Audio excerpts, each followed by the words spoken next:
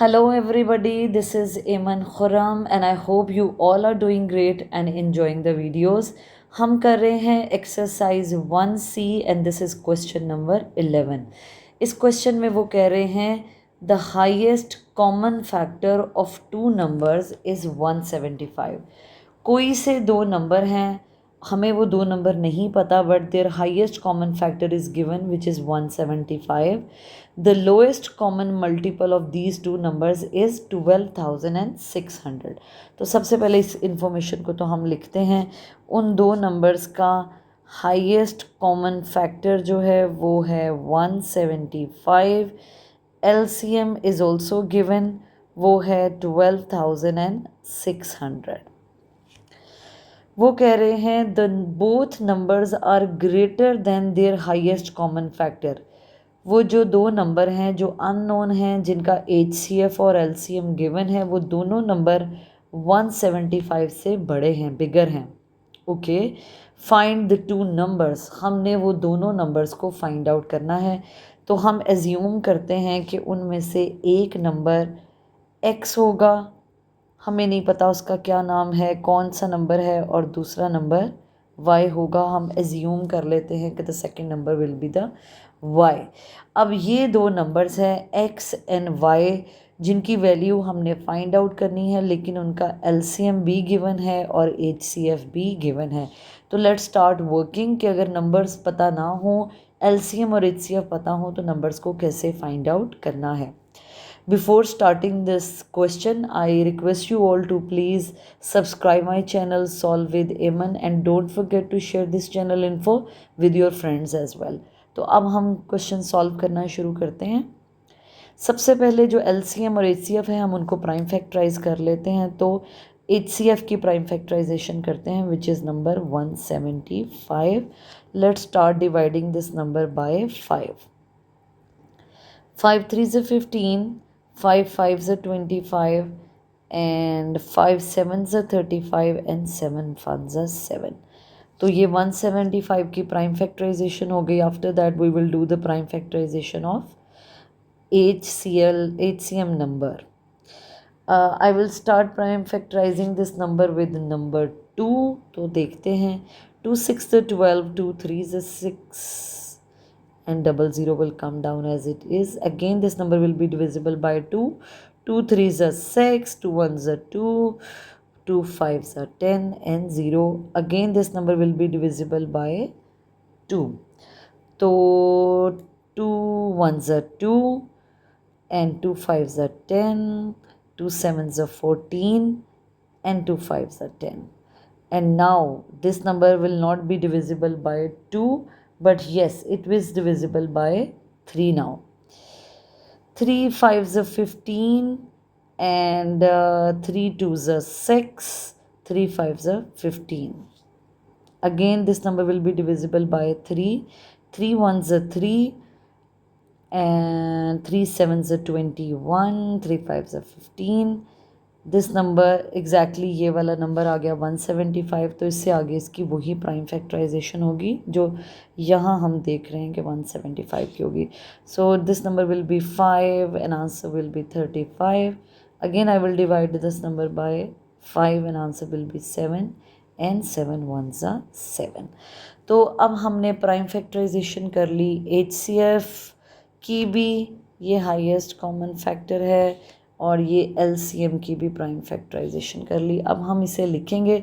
जब हम किसी भी क्वेश्चन में LCM और HCF निकालते हैं, तो सबसे पहले हम नंबर लिखते हैं। दिस टाइम हमें नहीं पता X नंबर क्या है, उसकी प्राइम फैक्टराइजेशन देखेंगे हम क्या आएगी, and then we will come with the Y number prime factorisation will come. लेकिन HCF के लिए हम HCF is given which is 175, और देखते हैं कि वो क्या नंबर होगा।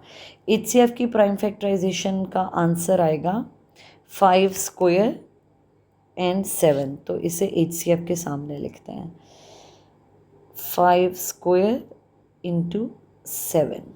ठीक है, ये मैंने 2 और 3 के लिए, अगर क्योंकि LCM में भी जगह है, LCM में ये नंबर्स आएंगे। तो LCM का नंबर था 12,600, और उसकी प्राइम फैक्टराइजेशन होगी how many twos? 1 2 3, 2 cube and 3 square or 5 square or 7. Okay, so 2 cube 3 square. I will write 2 cube 3 square into the I will have 5 square and 7. So 5 will be under 5 and 7 will be under 7. Right?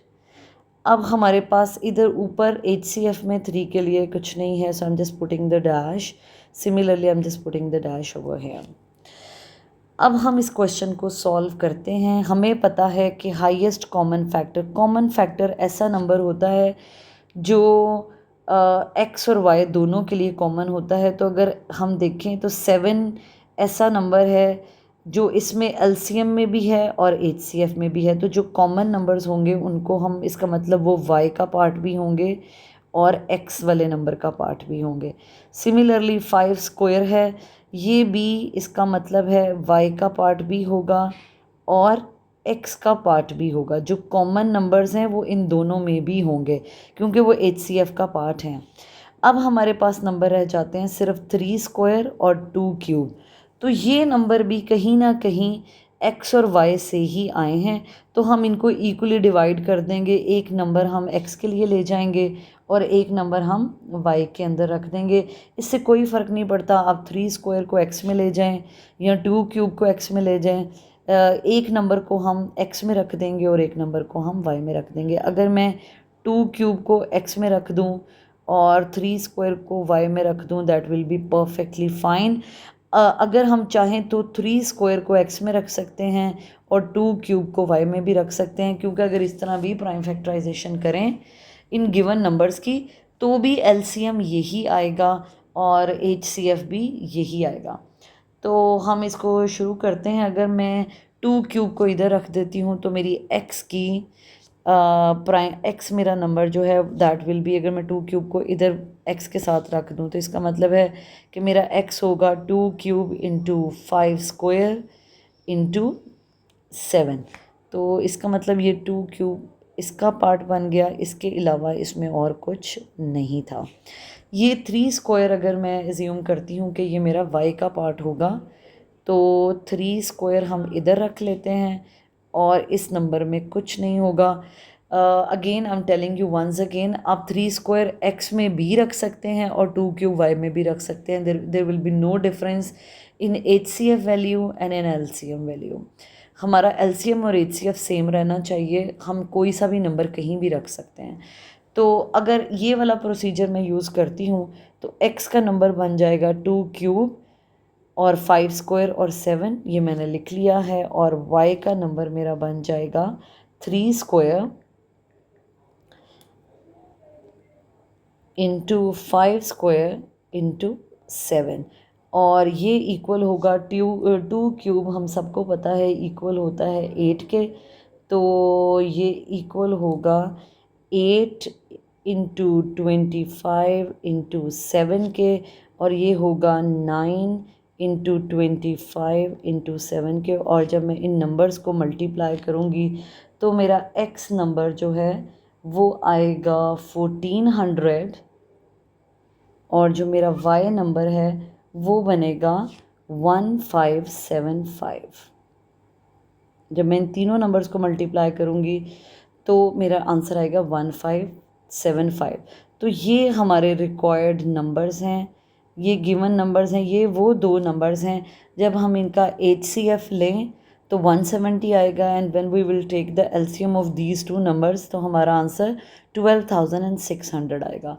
Again मैं इस question को दोबारा से quick recap करूं कि हमने LCM और HCF की प्राइम फैक्टराइजेशन लिख देनी है. जो इन दोनों में कॉमन होगा वो इन दोनों नंबर्स का पार्ट होगा, एक्स नंबर का भी और वाई नंबर का भी. बाकी जो ये 2 नंबर हैं 2 क्यूब और जो 3 स्क्वायर, जो एलसीएम में थे लेकिन एचसीएफ में नहीं थे, ये नंबर हम किसी भी नंबर का पार्ट बना सकते हैं, एक्स का भी और वाई का भी. तो हम इसको डिवाइड कर देते हैं. इस नंबर को मैं एक्स में ले गई हूँ और इस नंबर को मैं वाई में ले गई हूँ. That's how I find out the answer. जिससे मेरा x नंबर ये हो गया 2 cube into 5 square into 7 which will be equal to 1400 and y number becomes equal to 3 square into 5 square into 7 जो हो गया 9 इंटू 25 इंटू 7 और जब मैंने मल्टीप्लाई किया my answer is 1575. I'm sure, I hope you all are getting the question and practicing these questions at home. Thank you so very much for watching the videos. And don't forget to subscribe, Solve with Iman, and I'm waiting for the feedback in comments. Thank you so very much.